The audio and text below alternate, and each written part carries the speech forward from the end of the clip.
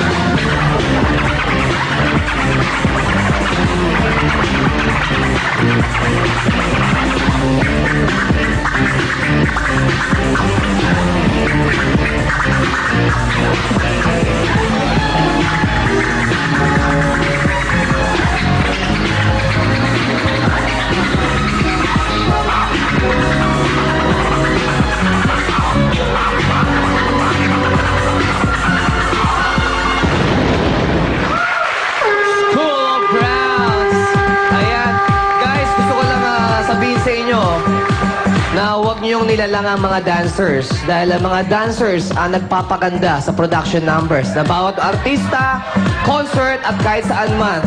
Kaya huwag niyong nilalang ang dancers dahil mahirap especially ang ginagawa ng choreographer para mapaganda ang production number.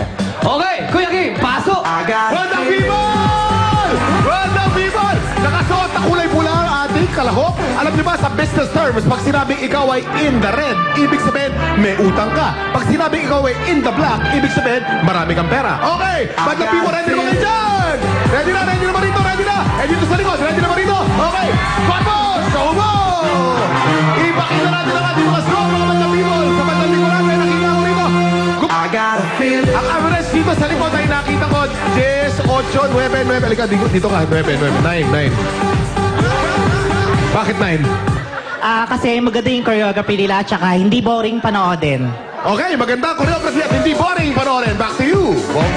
Salamat sa iyo, napakagwapong Kuya Kim. Maraming salamat. Ito naman ang ating mga hurado na nagpupulong-pulong. Okay, Miss Carla.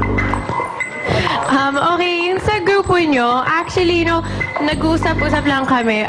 Yung energy nyo, tsaka yung ibang routines na ginawa nyo, mas marami kahapon. Nagbawas ba kayo? Nagbawas ba? Same lang yung performance. Same lang ba? Same daw, same sila. Okay. Kasi parang may may parang nakulangan or nabitinan kami sa performance nyo. Siguro dahil kagabi or kahapon, super galing nyo talaga. Napataas nyo lahat ng energy ng madlang people. Pero ngayon kasi parang may kulang. Yung X factor, may kulang. Ganon, di ba? Pero magaling pa naman, in fairness. Nandun pa rin yung energy, yung passion nyo sa pagsayaw. Pero yun medyo kulang lang for today. Next time, just hype it up na lang, okay? Diyan, score ko sa inyo. Thank you, Miss Carla. Ikaw naman, Kian.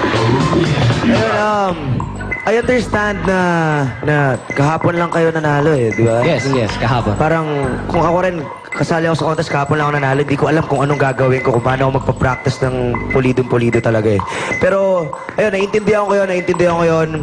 And, nandun pa rin yung angas men eh. Nandun pa rin eh. Gusto ko pa rin siya eh. Nag-uusap nga kami kanina ako. Sabi ko, gusto ko pa rin eh. Kaya yun, pinakita nyo lang na it's always heart over art. Kaya, good job yun. Palakpakan natin sila para dun. Kaya, ayun. Sana lang tuloy nyo lang and good luck. And ngayon pala, congratulations sa inyo. Gusto ko yung grupo nyo. And, ito, here's your score. Thank you, Kian. Ikaw naman, Vice. Anong masasabi mo? Nawala ng tinta yung ballpen ko. Ay, may mabatid na si Carla. Sige, go, Carla. Go, Carla. Oo. Happy Mahiyak-iyak siya, birthday may po nakalimutan kay daw Tito siya. Kaloy, tsaka kay Kuya Bobby Alberts from Cebu po. Sino ba mabati mo? Ha? Si John Prats, batiin mo ulit. Sinabi mo naman. Okay, Vice. Ikaw naman. O, para huwag kang mahiya, si Camille na lang ang batiin mo. Si Camille Prats na lang. Diba? Okay, tanong ko lang, nagbago kayo ng tugtog? Ha? Bakit Parehas. hindi nyo alam? Hindi nyo ba alam kung anong tugtog nyo kahapon at ngayon? Yung totoo, nagbago ng tugtog o hindi? Nagbago naman. O, ayun, yun lang. Ba't nag-iisip pa? Napakadali ng tanong kung nagbago. Dapat hindi kayo nagbago ng tugtog. Ilang beses ko nang sinabi yan.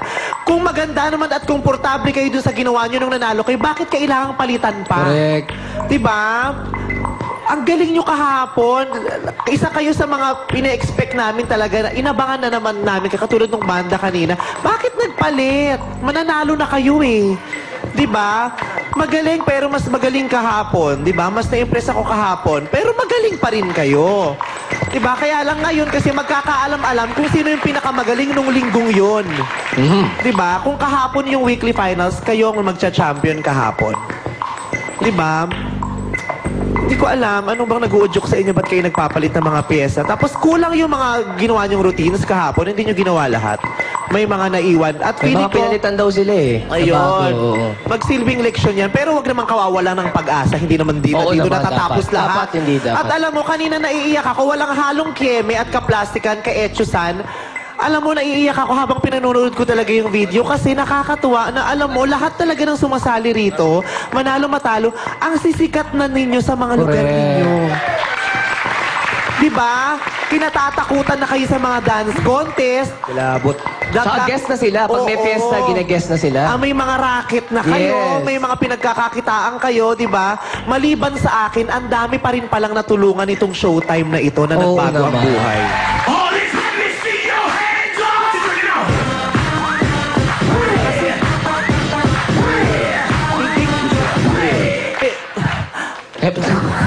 Hindi, kasi hindi sa pagmamayabang. Alam mo, ang laki ng binago sa buhay ko nitong showtime at nararamdaman ko sa inyo din. Diba? Kaya huwag niyong pakawalan yung pagkakataon. Diba? Kung pwedeng manalo, ipanalo na ninyo. Diba? Huwag ka malungkot, kuya. Ay, nasa dulo ang lungkot-lungkot mo. Ikaw. Ikaw na yung dulo. Kanina ang cute-cute mo, nalungkot ka. Kamukha mo kanina si Barney, pero ngayon si Frowny na. Diba? Yung katabi mo rin, huwag ka malungkot. Yung totoo, ikaw ba yung barkada ni Scooby-Doo? Dapat masaya tayo lang. Masaya lang ang buhay, ha? Hindi dito natatapos ang mundo. Maraming pwedeng mangyari. Pero magaling pa rin kayo. 9 ang binigay ni Vice. Maraming sabi ng mga orado. Ang mga gusto ko sa kanila, guys, nag-i-enjoy sila habang nag-perform, nag-uusap, nagtatawanan. Yun ang importante. Nag-i-enjoy kayo. Okay, happy anniversary to Ogie and Tess Skradner, TFC subscribers in Texas, USA. At syempre, get well soon po kay Ima, si Mrs. Priscilla Miranda. Ayan. At hi kay Ray R. ng Winnipeg, Canada. At sa aming pagbabalik, magpapasikat na ang Sabado Boys dito lang sa Your Show. Your Time! Yeah!